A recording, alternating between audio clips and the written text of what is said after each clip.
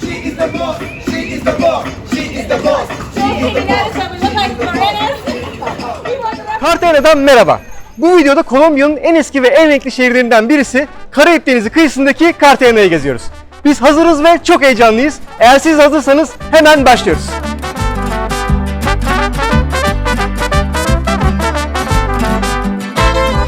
Önümüzdeki 5 gün boyunca Kolombiya'nın aynı zamanda en fotojenik şehirlerinden biri olan Cartagena'yı geziyoruz.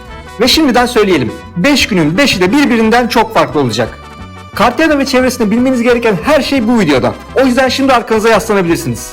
Maps and Bags Cartagena başlıyor.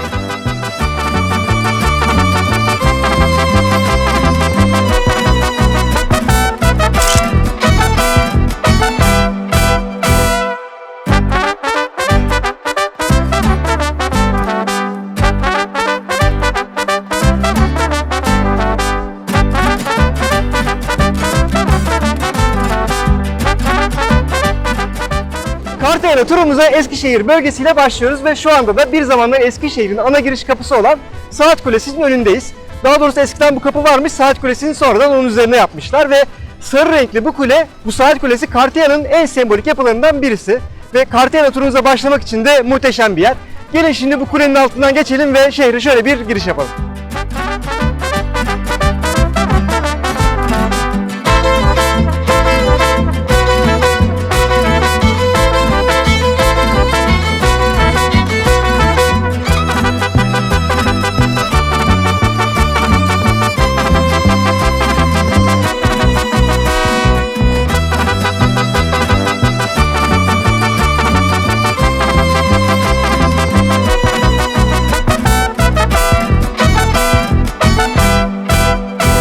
Saat Kulesi'nin altından şehre giriş yaptığımızda kendimizi böyle çok şirin kolonyal tarzda bir meydanda buluyoruz. Los Coches meydanındayız.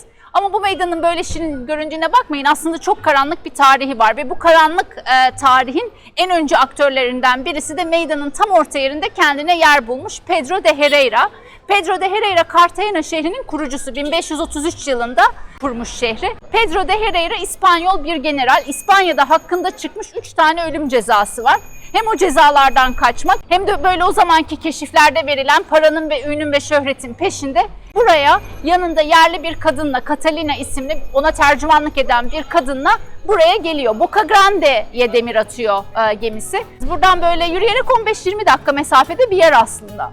Ve o Boca Grande'den şu an bulunduğumuz yere gelene kadar 70 binin üzerinde Calamari yerlisini öldürerek buraya geliyor ve şehri ele geçiriyor. Ve zaman içerisinde şehir Güney Amerika'nın en önemli böyle köle ticareti merkezi haline geliyor. Şehir duvarlarının içinde yer alan Eskişehir bölgesine aynı zamanda çevresindeki bu duvarlardan dolayı Walled City de denilmekte. Cartagena şehrinde aynı zamanda bu böyle kafasında tropik meyveler satan yerel kıyafetli ablalara da rastlayacaksınız. Bunlar Palenka köyünden, Palenkera diye geçiyor isimleri. Palenka köyü Afrikalı kölelerin Cartagena şehrinden kaçarak kurmuş oldukları, sanırım Güney Amerika'da da ya ilk ya da ilklerden biri böyle özgür kölelerin, özgür Afrikalıların kurmuş olduğu bir köy ve bu ablalar oradan geliyor. İnsanlarla fotoğraf çektirip para alıyorlar. Buradaki böyle önemli turistik atraksiyonlardan bir tanesi diyebiliriz.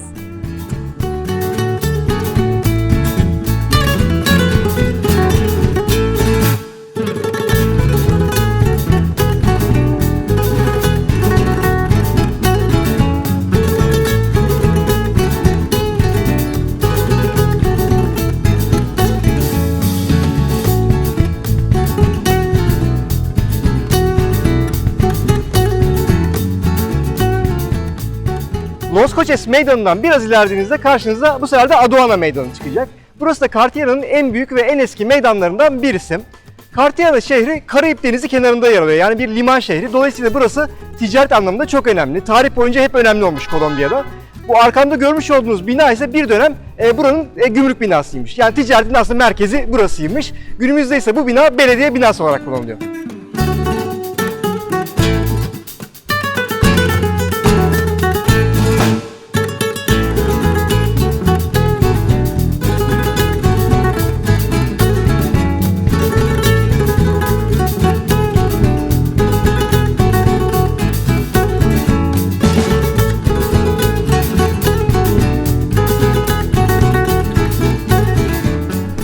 Pedro Claver Meydanı'ndayız. Bu meydandaki en dikkat çekici yapı tabii ki Aziz Pedro Claver Kilisesi. Ama burası aynı zamanda Cartagena'nın en hareketli meydanlarından birisi. Şu an vakit erken olduğu için çok fazla insan yok ama özellikle akşama doğru burası bambaşka bir şehriyeye bürünüyor. Zaten merak etmeyin, akşam tekrar burada olacağız.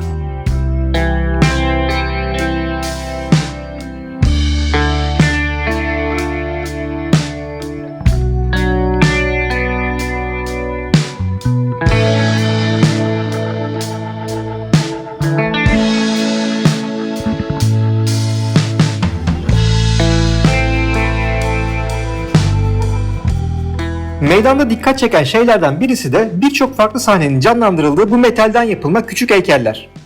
Hepsi çok güzeller ama ne yalan söyleyelim, hava o kadar sıcak ve nemli ki öğle vakti teneke heykelde bir yere kadar. Biz bazılarını size gösterelim. Kalanları da eğer bir gün buraya gelecek olursanız sizlere sürpriz olsun. Şimdi Aziz Pedro Claver kim? Bu adam Cartagena için çok önemli bir isim. Özellikle köleler için böyle kurtarıcı statüsünde bir aziz. Köle ticaretinin çok fazla detayına girmedik ama şunu eklemekte fayda var. Buraya Afrika'dan getirilen herkes köle olamıyor aslında. Öncelikle bir sağlık testinden geçiriliyor bu köleler ve ancak bu testi geçenler burada köle olabiliyorlar. Sağlık testini geçemeyenler ise burada bir nevi ölüme terk ediliyor. İşte bu Aziz Pedro Claver bu testi geçemeyeceğini düşündüğü, çürük olarak gördüğü bazı köleleri satın alıyor. Birçok köleyi aslında satın alıyor ve onları burada iyileştiriyor, onları eğitiyor ve iyi duruma getiriyor. İyi duruma geldiklerinde de onları serbest bırakıyor. Bir nevi onlara gidebilirsin diyor. Ve buradan gitmek isteyen köleler isterlerse buradan çıkıp diğer o kaçabilen köleler gibi Palanke köyüne, kasabasına buradan gidiyorlar. Kölelerin geçtiği sağlık testlerinde dişlerin sağlam olması da önemli kriterlerden birisi. O yüzden San Pedro'nun yanındaki bu dişsiz köle de eğer kurtarılmasa testi geçemeyip ölüme terk edilecek Afrikalılardan birisi olacakmış.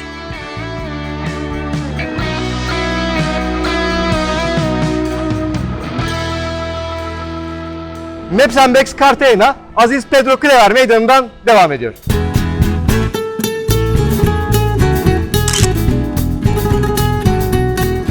Cartagena Eskişehir merkezinde yürüyüşümüze devam ederken India Catalina'nın heykeline rastladık. India Catalina'dan bahsetmiştik. Pedro de Herrera ile beraber Cartagena'ya gelen ve ona tercümanlık yapan yerli kadın.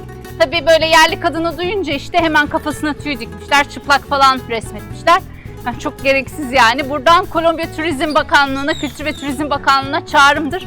Bu heykeli değiştirelim lütfen. Yani Catalina muhtemelen böyle balık etli, sen ben gibi, üstünde muhtemelen kıyafetleriyle normal bir kadındı. Bu şeylere hiç gerek yok. Neyse biz devam edelim.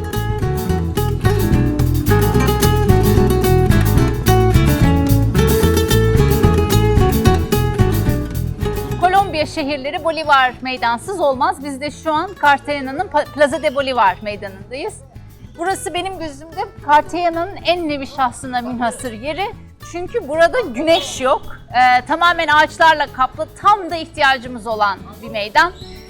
Sabah böyle 2-2,5 saattir falan geziyoruz aslında ama felaket bir sıcak var. Sözüm onun 31 dereceymiş ama bence 40 derece falan hissedilen. Nem oranı %80 falan. Tamamen yapış yapış olduk. O yüzden biz de Cartagena'nın yerlilerinin izinden gittik ve Bolivar Meydanı'nda kendimize şöyle güzel bir bank bulduk. Burada biraz böyle serinleyip kendimize gelmeye çalışacağız.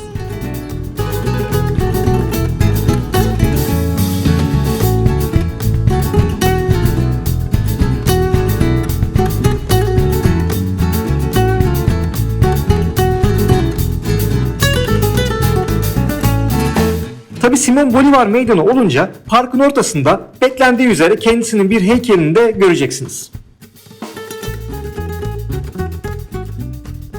Meydanda aynı zamanda İspanyol hükmü sırasında kullanılan Engizisyon mahkemesini de görebilirsiniz.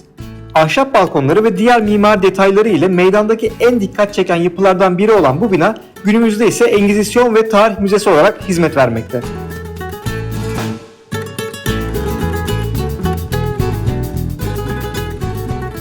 Meydanın diğer bir köşesinde ise Azize Katerina of Alexandria Katedrali'ni göreceksiniz. Zaten bu katedralin kulesi şehirde birçok yerden de gözükmekte.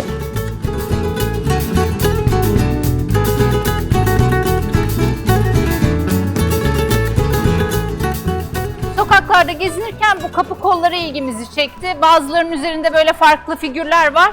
Araştırdık. Ev sahibinin statüsünü temsil ediyormuş. Aslan mesela yüksek statülü asker demekmiş. Deniz kızları ya da işte böyle balıklar, işte hani deniz canlıları var diyelim bazı kapılarda. Onlar ticaretle ilgilenenleri temsil ediyor. Tabi burası bir liman kenti olduğu için hani ticaret, deniz ticareti demek.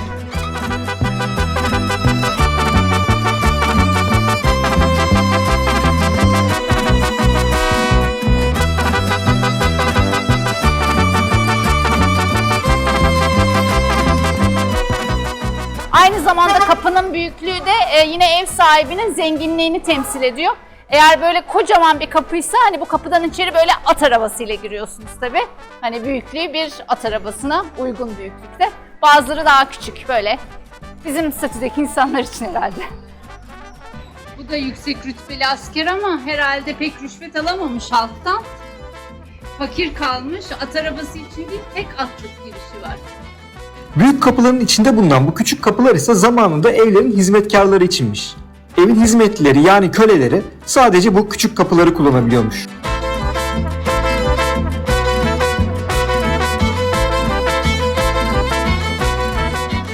Bu iguana neyi temsil ediyor acaba? Yılan. Hain ve zalim ev sahipleri. Selen'in zalim ev sahipleri olarak yorumladığı bu kertenkele figürü aslında sosyete ve kraliyete yakın aileleri temsil ediyormuş. Bu da böyle ufak bir düzeltme olsun.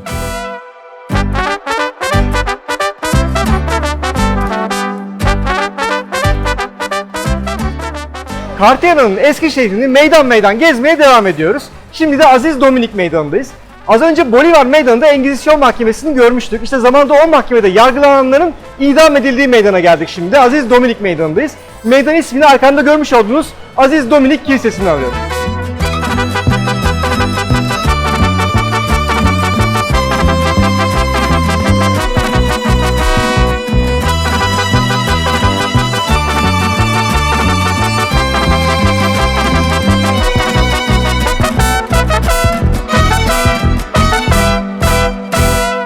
Kartiyana şehrinin en eski kiliselerinden biri olan Aziz Dominik Kilisesi'nin içine de şöyle hızlıca bir bakalım.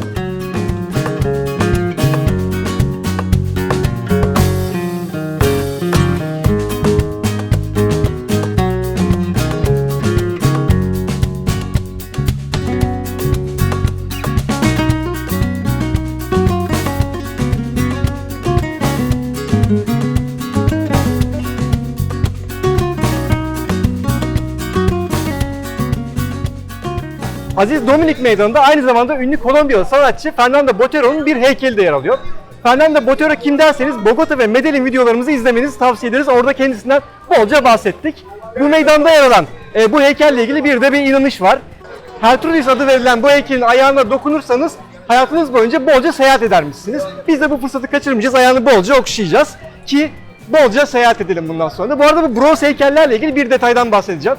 Bu bronz yapısı gereği ne kadar çok dokunursanız o böyle bir renk değişimi yapıyor. Yani sarılaşıyor. Mesela bakın burada bir sürü insan, seyahat etmek isteyen insan ayağına dokunmuş, okşamış ki ayağı birazcık sarılaşmış. Ama bizim gibi seyahat etmek dışında başka ilgi alanları olan turistler de var. Demek ki heykelin başka yerlerinde başka sarılıklar da görebiliyoruz.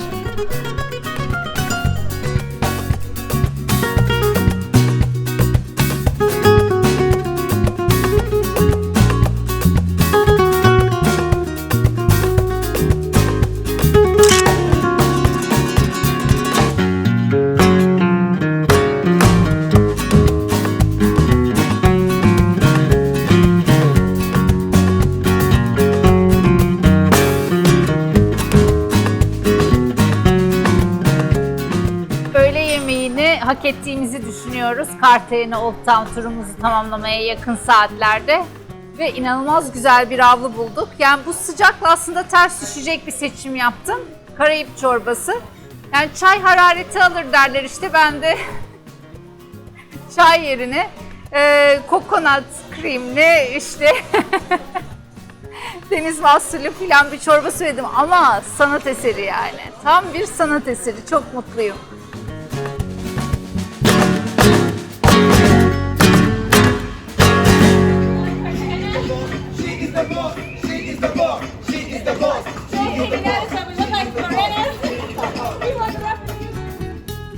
Cartagena Eskişehir bölgesinde her yerde renkli bir meydana denk geleceksiniz. İşte bunlardan biri de San Diego Meydanı.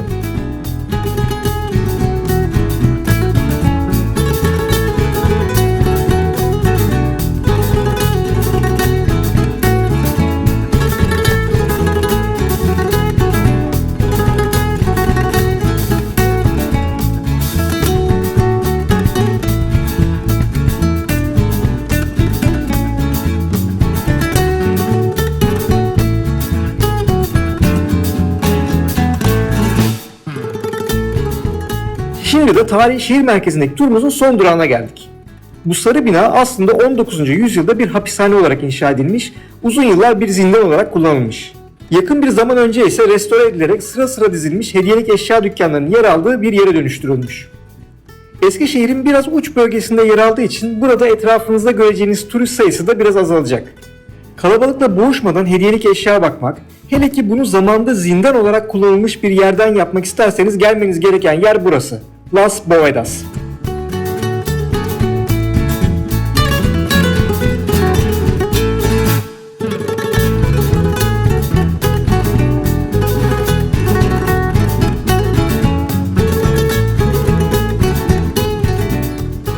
Açıklıyorum, Kolombiya'nın tüm ülkenin en dandik souvenircileri burada. Bence buranın turistik olmamasının sebebi şehre uzak olması falan değil yani. Gayet dükkanlar dandikti. Eskişehir merkezinin hemen dışında bugünkü ilk durağımız olan Saat Kulesi'nin karşısında bir park göreceksiniz.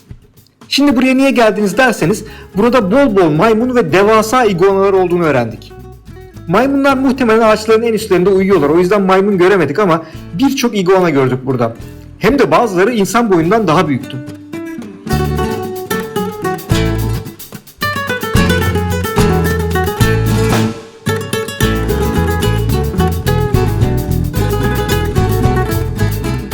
Burası öyle bir bankta oturayım, biraz dinleneyim diyebileceğiniz bir park değil anlayacağınız. Her an bankta yanınıza bir iguana gelebilir. Neyse biz bayağı yorulduk bugün. İguanalar da bir yere kadar deyip otelimize geri dönüyoruz. Ama gün batımına doğru tekrar Eskişehir bölgesinde olacağız. Biz biraz dinlenelim, az sonra görüşmek üzere.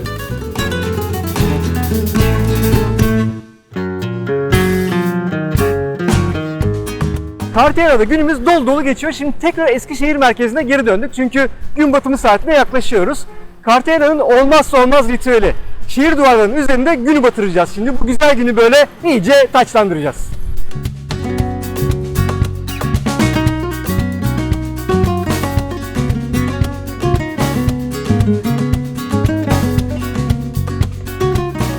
Bu arada az ileride bir mekan var. Çok meşhur bir mekan. Cafe Del Mar.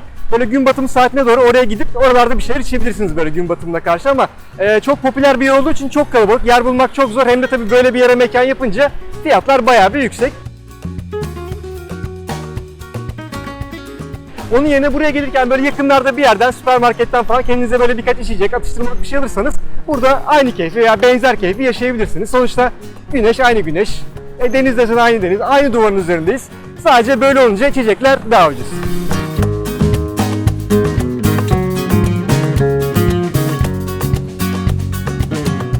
Güneşin Karayip Denizi üzerinden batışı o kadar keyifliydi ki biz bunları hangi ara içtik dedirttim.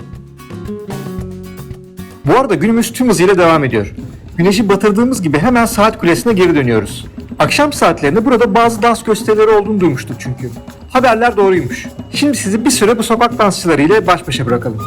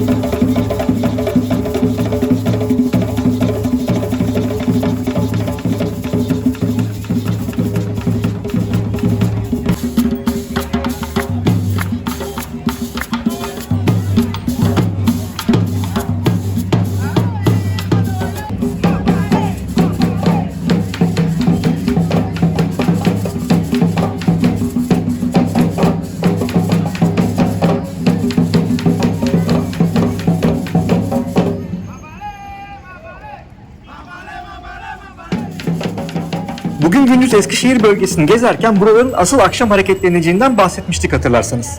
Şimdi ne demek istediğimizi daha iyi anlatmak için bir akşam turuna çıkıyoruz. Turumuza Los Coches Meydanı'ndan başlayalım. İnsan gündüz gezdiği yerin burası olduğuna inanamıyor gerçekten. Adım atacak yer yok neredeyse.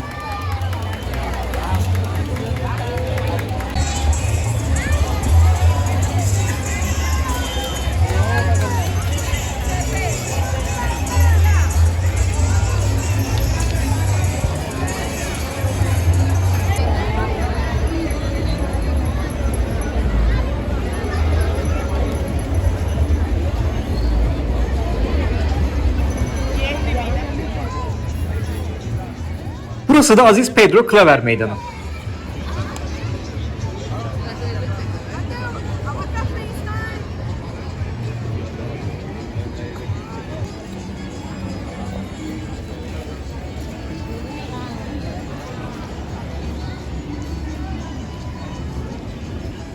Aziz Pedro Claver Meydanı'nda gündüz kapalı olduğu için giremediğimiz kiliseyi bu sefer açık yakalıyor ve sizlere içinde gösteriyoruz.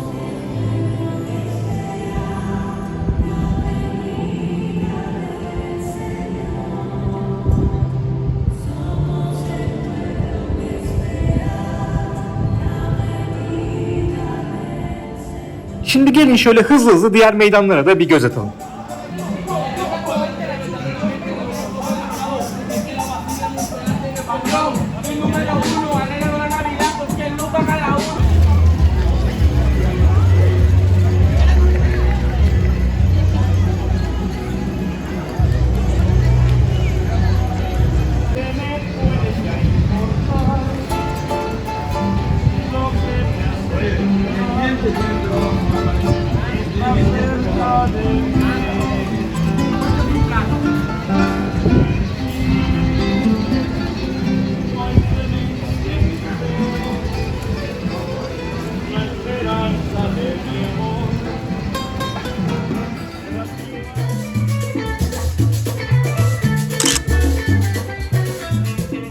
Son olarak şimdi de Centenario Parkı'ndayız. Burası neresi derseniz hani o gündüz dev iguanalar gördüğümüz park var ya, burası orası. Şu an iguanalar nerede hiçbir fikrimiz yok ama bu akşam gördüğümüz her yer gibi burası da gündüzü ve gecesi 180 derece farklı olan yerlerden birisi. Burada ufak çaplı bir festivale bile denk geliyoruz.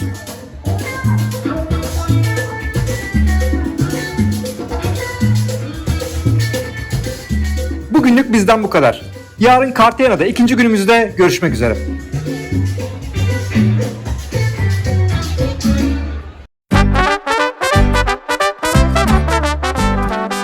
Pedro de Herrera, India Catalina isimli yerli bir kadınla beraber Boca Grande'ye iniş yapıyor gemisiyle. İniş yapıyor mu? Pedro de Herrera'dan başlayabilir miyim? Yanında yerli bir kadınla, India Catalina isimli bir kadınla Boca Grande'ye iniş yapıyor. İniş yapıyor değil yani. Boca Grande'ye geliyor. Olmadı herhalde. Nereden keseceğiz ki? Bence problem yok ama. Elini kabartınca zor olacak. Şimdi full uçtu. Cartagena'dan merhaba. Bu videoda Kolombiya'nın en renkli ve en eski kasabalı... Kasaba ne ya? Meydanda aynı zamanda İspanyol hükmü sırasında kullanılan Engizisyon mahkemesi ki şu an kendisi Meydanda aynı zamanda İspanyol hükmü sırasında kullanılan Engizisyon malzemesi.